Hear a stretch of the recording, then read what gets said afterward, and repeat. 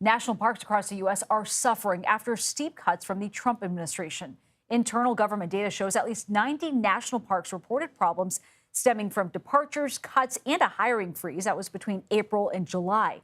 As a result, nearly 70 parks reduced visitor hours or services, 22 of them postponed maintenance, and 11 closed or delayed the opening of facilities.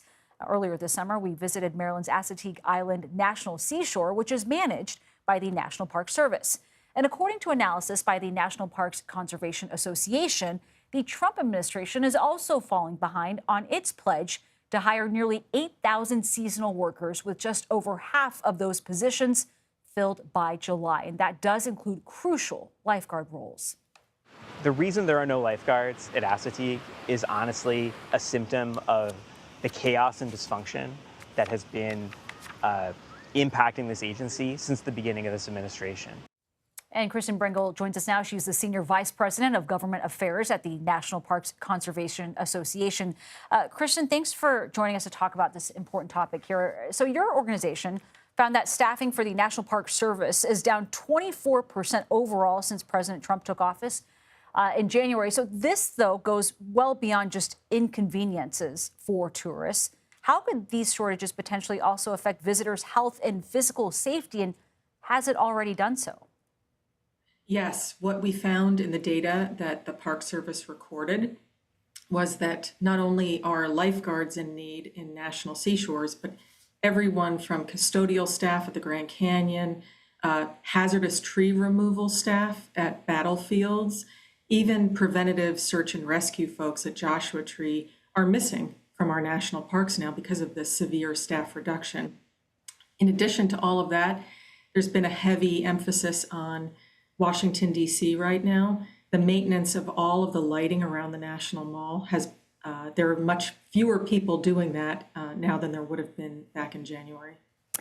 Kristen, we're talking to you now as there are nearly 3 weeks officially left of summer. Fall also, though, a very popular time of year for many of these National Park Service sites. Given these staff issues and these safety warnings, how should visitors prepare if they do plan on visiting one of those sites? Yeah, we know people really enjoy this time of year, especially in places like southern Utah, and they also begin to go leaf peeping in Shenandoah and Acadia. These parks will have fewer staff. They will have fewer people to help you. So what we urge folks to do is make sure you bring enough water, make sure you wear the best shoes you possibly could for hiking, and make sure you're ready to sort of take care of yourself when you're in the parks. There just aren't going to be enough staff people to help you if you run into any problems. So we really want people to be as prepared as possible. Look on the Park Service's website, make sure you look at the temperatures before you go, but try to take care of yourself while you're out there, because we know the parks are very short-staffed right now. Yeah, especially important because cell phone reception is often not guaranteed at many of these Park Service sites. So very good advice there. Going forward also, though, Kristen, what can be done to preserve the current staff at national parks and to fill the openings left behind by these staffing cuts and new administration policies? Yeah, the administration has basically put in place a hiring freeze since January, and they've renewed it every 3 months. We need them to lift the hiring freeze for the entire Park Service staff so that these vacancies can be filled. There are about 100 superintendents that are missing from our national parks right now. That means basic leadership in the parks is missing. So we need to lift the hiring freeze and stop the threats of more reductions in force.